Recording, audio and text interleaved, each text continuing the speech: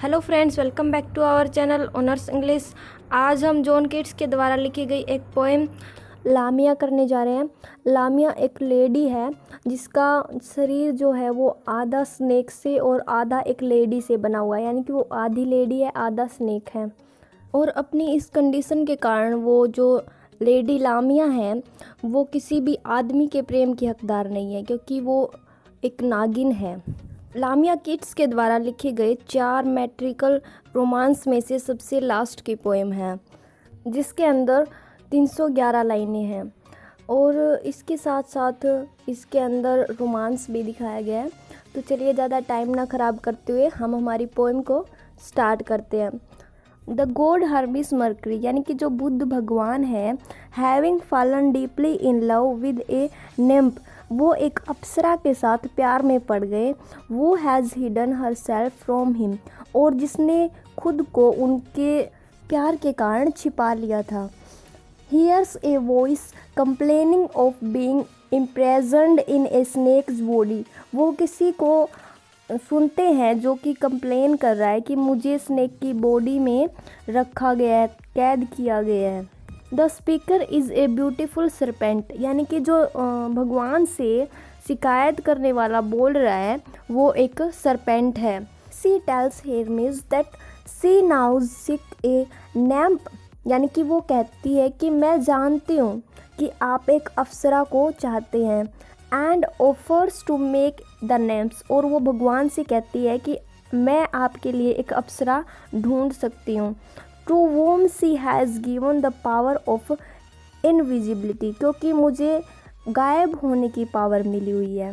Visible to him providing he will restore to her women's body, वो कहती है कि यदि आपको उसे देखना है तो आप मुझे मेरी एक लेडी की बॉडी में कन्वर्ट कर दीजिए, यानी कि मुझे मेरा शरीर वापस दे दीजिए। हेरमिस ग्लैडली एग्रीज, और भगवान उससे सहमत हो जाते हैं। द नैम्प बिकम्स विजिबल टू हेरमिस, और तभी जो अप्सरा होती है वो भगवान को दिखाई देने लगती है। The serpent turns into a beautiful women and disappears, और वो जो सरपेंट होती है, वो जो नागिन होती है, वो एक सुंदर महिला में बदल जाती है, जिसके कारण बाद में वो डिसअपियर हो जाती है, वो भगवान को दिखती नहीं है। लामिया द सरपेंट टर्न्ड वुमेन, यानी कि जो नागिन थी वो एक वुमेन में बदल गई।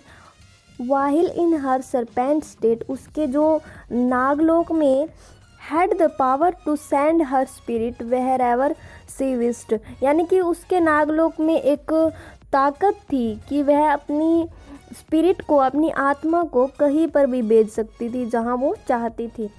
On one of her spirit journeys, यानी कि किसी एक यात्रा में she had seen a Corinthian youth Lycius, यानी कि उसने कोरिंथ के एक जवान लड़के लाइसियस को देखा। नाउ अब एज वुमन, क्योंकि वो लेडी बन चुकी है, सी रीअपियर्स, यानी कि वो दोबारा से दिखी। And stands at the side of the road along, और वो रोड के साइड में खड़ी हो गई। विच सी नाउज, वह जानती थी, Lycius will come on the way to Corinth, यानी कि जो लाइसियस था वो कोरिंथ जाने के लिए यहाँ से ज़रूर गुजरेगा। व्हेन ही अराइव्स, यानी कि जब वो वहाँ पर आता है, सी एड्रेसेस हिम, तो वह वहाँ उसे पूछती है, आस्किंग हिम, और कहती है if he will leave her all alone, यानी कि क्या वो यहाँ पर उसे अकेला छोड़ देगा। वेयर सी इज़, जहाँ पर वो खड़ी है। लाइसियस लुक एट हर, लाइसियस उसकी तरफ देखता है। And at once falls violently in love with her, क्योंकि वो बहुत ज़्यादा सुंदर थी ना, इसीलिए वो एकदम उसके प्यार में पड़ जाता है। Together they walks to Corinth, और तब वो कोरिंथ तक दोनों साथ चलते हैं। And makes their abode in a mansion which she leads him to, और तब वे अपने रहने का मकान बनाते हैं जो कि उस लेडी ने अपनी इच्छा शक्ति से बनाया था। There they live together as man and wife, और तब वो वहाँ पर हस्बैंड वाइफ की तरह रहने लग जाते हैं। Avoiding the company of others, यानी कि दूसरे लोगों से बचकर। Lycius and Lamia live happily in the blisses of love, और तब वो दोनों प्यार से एक दूसरे के साथ खुश रहने लगते हैं। Until Lysias decides they ought to marry, और तब अंत में लाइसियस ने डिसाइड किया कि अब उन्हें शादी कर लेनी चाहिए। And invite all their friends to the marriage festival, और अपनी मैरिज की खुशी में अपने दोस्तों को उन्हें बुलाना चाहिए। Lamia is strongly opposed to this plan, यानी कि जो लामिया होती है वो इस प्लान के लिए मना कर देती है। But the persistence of Lycius at last wins her reluctant consent, और अंत में जो लूसियस की जिद होती है उससे जो वो उसकी वाइफ होती है वो हार जाती है और वो अपनी सहमति जता देती है। सी एग्रीज ऑन द कंडीशन, वह मान तो जाती है लेकिन वो एक कंडीशन रखती है। The Lucius will not invite the philosopher Apollonius to the marriage feast, यानी कि उसकी मैरिज पार्टी में वो अपने फ्रेंड अपोलोनियस को नहीं बुलाएगा।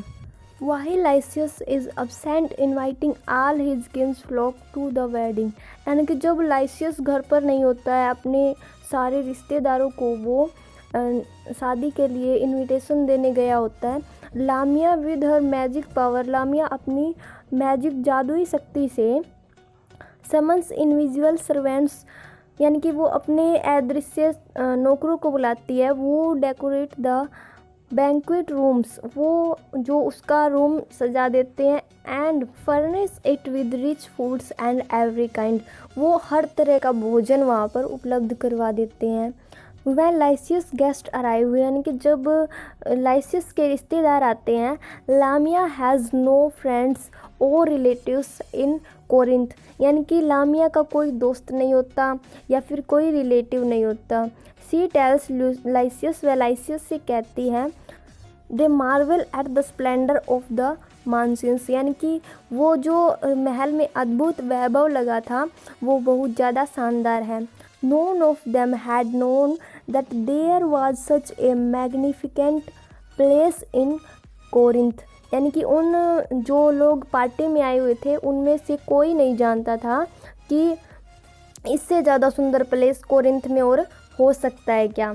Among the guests is Apollonius whom has come uninvited, यानी कि इन इतने सारे गेस्ट्स के बीच अपोलोनियस एक ऐसा आदमी था जिसे इनवाइट नहीं किया गया था लेकिन वो आया हुआ था।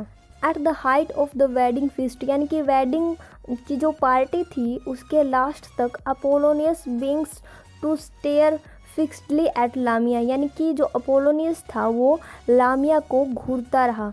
लामिया grows pale and exhibit extreme discomfort, यानी कि जो लामिया थी वो पीली पड़ गई और एक प्रकार की बेचैनी उसे होने लगी।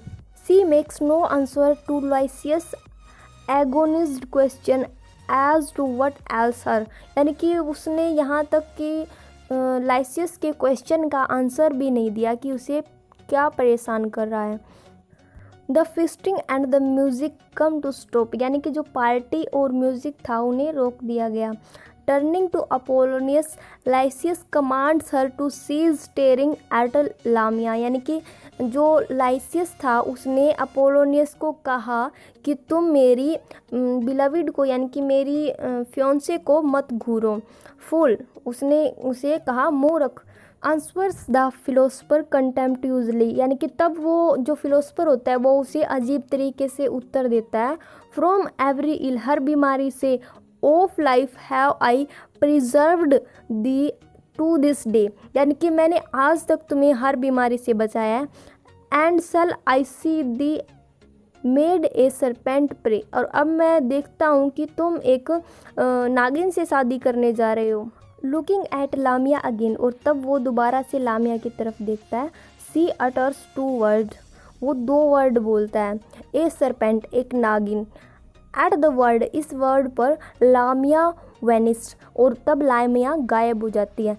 At the moment of her disappearance, इस मोमेंट पर जब लामिया गायब हो गई, लाइसियस डाइज, लाइसियस वहीं पर मर गया क्योंकि वो उससे बहुत ज़्यादा प्यार करने लगा था और वो उसके बिना नहीं रह सकता था। सो फ्रेंड्स, इन्हीं लाइन के साथ हमारी पोएम की समरी कंप्लीट होती है। बहुत जल्द मिलते हैं एक नए टॉपिक के साथ।